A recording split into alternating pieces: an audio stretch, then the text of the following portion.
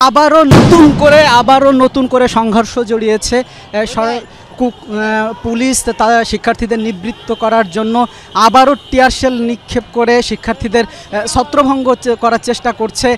ঢাকা কলেজের শিক্ষার্থীরা এই মুহূর্তে ঢাকা কলেজের পাশ থেকেই আসলে তারা সংঘর্ষে জড়াচ্ছে পুলিশের সাথেই।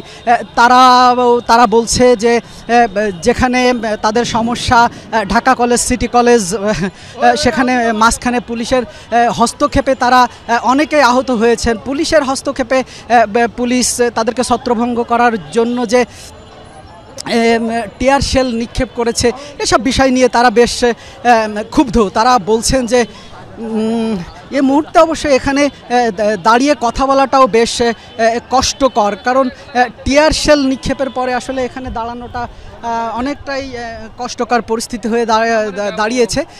তারপরও আমরা একটু দেখানোর চেষ্টা করব যে এখন আসলে সংঘর্ষে জড়াচ্ছেন ঢাকা কলেজের দিক থেকে। ঢাকা কলেজের শিক্ষার্থীরাই আসলে তারা পুলিশের দিকে এগিয়ে যাচ্ছেন, ঢাকা সিটি কলেজের দিকে এগিয়ে যাচ্ছেন।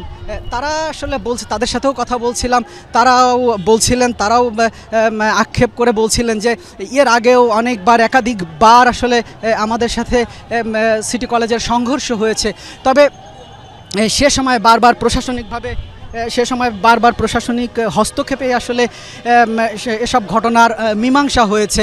গতকাল যে ঘটনা ঘটে, যে ঢাকা কলেজের এক শিক্ষার্থীকে ঢাকা সিটি কলেজের শিক্ষার্থীরা হেনস্থা করে, হেনস্থা ঠিক নয়, তাতে বেশ সেই শিক্ষার্থী বেশ গুরুতর আহত হন। তিনি এখনও মেডিকেলে চিকিৎসাধীন, এমনটাই বলছেন তারা। এবং তারা বলছেন যেখানে তারাই ভিকটিম, তাদের উপরেই কেন পুলিশ আগ্রাসী ভূমিকা নিচ্ছে। অবশ্যই একই দাবি ঢাকা সিটি কলেজও একই দাবি করছে। তারা বলছে আমরা নিরপরাধ, আমাদের উপরেই হামলা চালানো হয়েছে, আমাদেরকেই পেটানো হয়েছে, অথচ আমাদের উপরেই হামলা কেন। তবে পুলিশের সাথেও কথা বলেছি, পুলিশও বলছে যে আসলে দুই পক্ষকে নিবৃত্ত করার চেষ্টা করছে তারা। তবে এক পক্ষকে নিবৃত্ত করতে গেলে আসলে আর এক পক্ষ আসলে চলে আসছে। যেমন ঢাকা কলেজকে নিবৃত্ত করতে আসলে তখন সিটি কলেজ থেকে আসলে সিটি কলেজের শিক্ষার্থীরা লাঠি, সোটা, ইট এগুলো নিয়ে এগিয়ে আসছেন, তারা ঢিল ছোড়াছুড়ি করছেন। এবং এর মাঝে আসলে আমরা যতটা জানতে পেরেছি বা আমাদের সামনেই যতটা আসলে ঘটনা ঘটেছে, সেখানে আমরা দেখতে পেয়েছি পুলিশ এবং সাধারণ শিক্ষার্থীদের 50-এরও অধিক আসলে এখানে ঘটনাস্থলেই আহত হয়েছেন। তবে গুরুতর আহত আমরা সেই অর্থে দেখিনি। এখানে আহতদের অধিকাংশই আসলে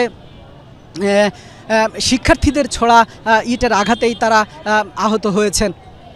তবে আমি যদি আবার একটু পেছনের ঘটনা বলি, তবে আসলে সকাল থেকের ঘটনার ধারাবাহিকতা যদি একটু বলতে চাই, 11টার পর থেকে আসলে গতকালের ঘটনার ধারাবাহিকতা। ঢাকা কলেজের শিক্ষার্থীরাই আসলে প্রথমে ঢাকা সিটি কলেজে এসে হামলা চালিয়েছেন, এমনটাই অভিযোগ করছেন শিক্ষার্থীরা। সিটি কলেজের শিক্ষার্থীরা এমনটাই অভিযোগ করছেন। তারা বলছেন যে তারা এ সময় ক্লাসে ছিলেন, অনেকের পরীক্ষা হচ্ছিল, তারা পরীক্ষার হলে ছিলেন।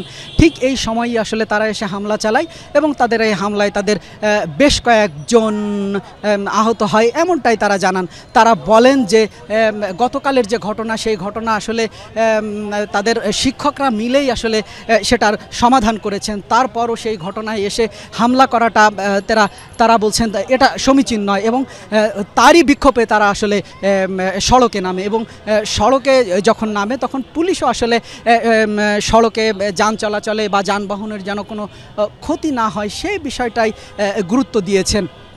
তারা কোনোভাবে যাতে সড়ক অবরোধ করে বিক্ষোভ না করতে পারেন সেই চেষ্টাটাই করেছেন। এবং সেই চেষ্টা করতে গিয়েই আসলে শুরুতে ঢাকা সিটি কলেজ এবং পুলিশের মধ্যে আসলে সংঘর্ষের সূত্রপাত হয়। সেই সময়ই আসলে পুলিশ এবং শিক্ষার্থীদের বড় একটি অংশ আসলে আহত হয়। এবং এরপরে আসলে কয়েক দফায় 5 থেকে 7 বার তারা আসলে ক্যাম্পাসে প্রবেশ করেছেন, আবার ক্যাম্পাস থেকে বের হয়েছেন। এরই এক পর্যায়ে আসলে আসলে তারা সড়কে নেমে এসে ভিআইপি পরিবহনের একটি গাড়ি তারা থামিয়ে সেই গাড়িতে পিকেটিং করে এবং পুরো গাড়ির গ্লাসগুলোই আসলে তারা ভেঙে ফেলে। এ সময় গাড়ির মধ্যে যেসব যাত্রীরা ছিলেন তারাও বেশ আহত হয়েছেন এবং অনেকে আবার ভয়ে দ্রুত গাড়ি থেকে নামতে গিয়ে আহত হয়েছেন। সবার চোখে মুখে আসলে সে সময় আতঙ্কের একটা ছাপ দেখা গেছে। এছাড়াও আশপাশের সড়কে যেসব সাধারণ মানুষ জরুরি প্রয়োজনে বাইরে বের হয়েছেন তারা চলাচল করছেন, তাদের সেই চলাচলও বিঘ্নিত হচ্ছে।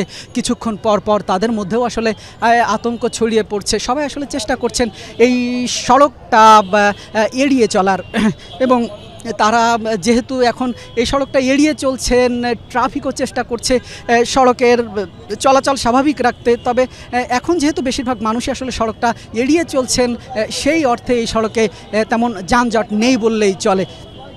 গাড়ির চলাচলও খুব কমে এসেছে। গণপরিবহন এবং কিছু প্রাইভেট কার এই মুহূর্তে চলাচল করছে, সেটা অবশ্য আমাদের ভিডিও ফুটেজেই দেখা যাচ্ছে। তবে ভিআইপি পরিবহনের সেই ঘটনার পরপরই আসলে আবার নতুন করে ঘটনা অন্য দিকে মোড় নেয়।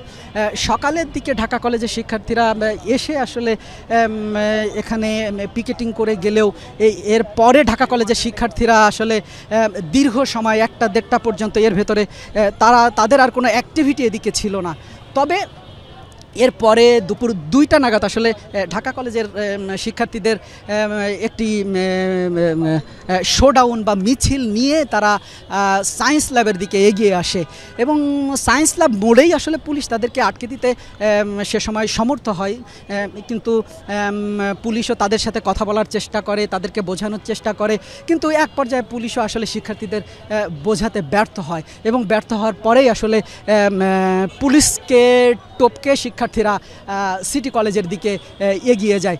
এই মুহূর্তে এগিয়ে যায় এবং এগিয়ে গিয়ে আসলে তারা সিটি কলেজের ক্যাম্পাসে হামলা করে। বাইরে থেকে সিটি কলেজের যে গ্লাস গেট এগুলোতে তারা ইট দিয়ে লাঠি দিয়ে আঘাত করে এবং পুলিশ এক পর্যায়ে পরিস্থিতি নিয়ন্ত্রণে লাঠিচার্জ শুরু করে এবং লাঠিচার্জ শুরুর এক পর্যায়েই শিক্ষার্থীরা সেখান থেকে ছত্রভঙ্গ হয়ে আবারও সায়েন্স ল্যাবের দিকে চলে আসে এবং সায়েন্স ল্যাবের এই দিক থেকেই আসলে পুলিশ তখন মাঝখানে অবস্থান নেয়।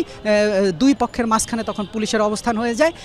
তখন সিটি কলেজ এবং ঢাকা কলেজ দুই পক্ষ থেকেই আসলে সে সময় ইট পাটকেল নিক্ষেপ করা হয়।